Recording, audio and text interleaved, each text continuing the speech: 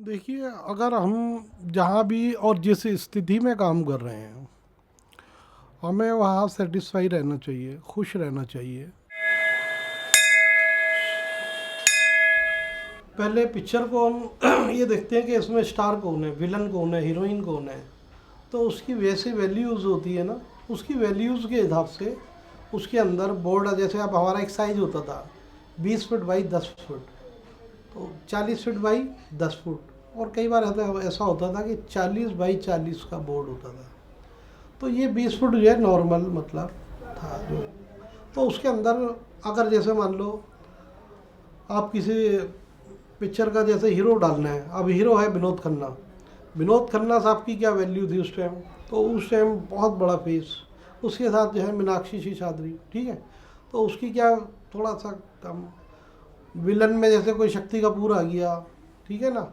हंसी मजाक के अंदर जैसे कादर खान या कुछ दूसरा विलन, और वो दोनों काम करते थे कादर खान साहब। तो इनकी कलर स्कीमों का भी ध्यान देना पड़ता था कि भाई हीरो की कलर स्कीम ये आनी चाहिए, ठीक है ना। बराबर में साइड हीरो भी है कोई, तो उसकी कलर स्कीम कैसी लगनी चाहिए, हीरो की कैसी लगनी चाहिए। और एक विलन है तो उसकी कलर स्कीम कैसी होनी चाहिए, ये भी ध्यान करना पड़ेगा आपको।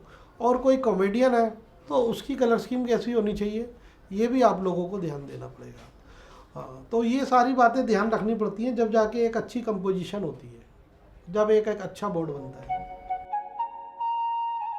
चांदनी फिल्म का भी हमने काम किया था, और यश चोपड़ा जी की बहुत अच्छी फिल्म थी ये। इसका साउंड बहुत अच्छा था, म्यूज़िक वगैरह। और सबसे बड़ी बात यह है कि जो दो एक्टर थे उनके बीच में हीरोइन की भी वैसी वैल्यू थी जो एक हीरो की वैल्यू होती है।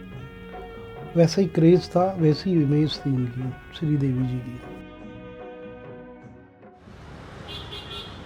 जो फ्राइडे को, जो थर्सडे को फिल्म रिलीज़ होती थी, तो हमारी तरफ से तो थर्सडे को होती थी, क्योंकि हम रात को कंप्लीट करके उसको लगाते थे।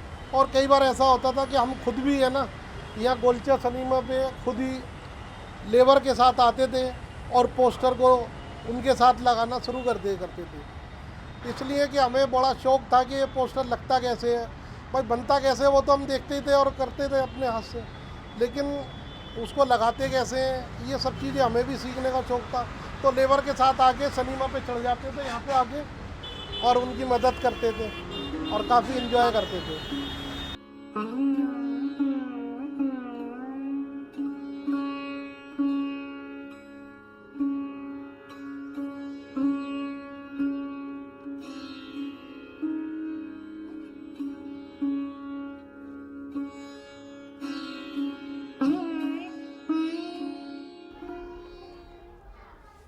ऐसा होता है कि पहले जो काम था, वर्क था बॉलीवुड के लिए, मेरे पे बहुत ज़्यादा था और उसी में व्यस्त रहता था मैं, और उससे मेरी पूर्ति भी हो जाती थी। घर परिवार जो मैं चलाता हूँ, अपना शौक़ भी है और अपना बिजनेस भी है, जो सारी चीज़ें हैं शौक़ के साथ साथ अपना परिवार भी चलाना है अपने। तो अब काम इतना रहा नहीं, और जब हम बिज़ी हुआ करते थे तो इस काम को मना करते करते थे अक्सर कि भाई ये काम हम नहीं कर रहे मूर्ति का, क्योंकि हम पे टाइम ही नहीं हुआ करता था। अब हमारे पे थोड़ा समय भी निकल जाता है, काम कम है, तो खाली टाइम इबादत भी कर लो, काम भी, सेवा भी कर लो, ये मजबूरी भी है। और एक हमारे लिए नई अपॉर्चुनिटी मिल गई है कि भाई हमें इस वर्क को भी करना चाहिए, दो पैसे हमें इससे भी मिलेंगे। एक के पोर्ट्रेट बननी है, पोस्टर, और वो पता चला कि जो नई इतनी हीरोइन है सुशांत सिंह राजपूत की, वो लास्ट पिक्चर थी कि भाई इस तरीके से उसकी हीरोइन का जो है संजना का एक पोस्टर बनना है। तो मैंने पूछा आपको मेरा नंबर कहाँ से मिला, कैसे मिला। वो कहने लगे कि जी वो आपके दोस्त हैं, उन्होंने दिया। वो ठीक है। तो उन्होंने बोला इस पोस्टर से आप क्या करना चाहेंगे, क्या कितना पैसे चार्ज करेंगे। तो मैंने अपनी जो चार्जिंग है उन्हें बताई पैसे की जो। तो उन्होंने कहा भैया बहुत ज़्यादा पैसे हैं और हम अफोर्ड नहीं कर पाएंगे। तो मैंने कहा जी आप देख लो, और फिर कहने चलो हम बताते हैं आपको सोच के।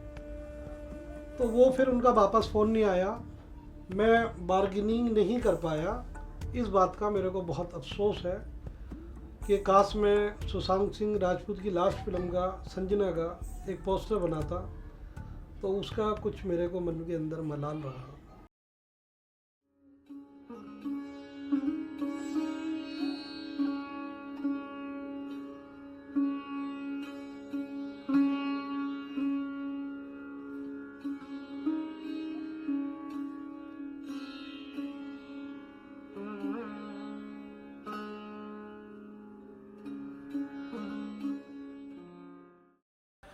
मेरी लाइफ में जो 100 बातें हैं किसी ने बोली हैं कि ये पूरी होनी है, तो उसमें से 99 पूरी हो गई।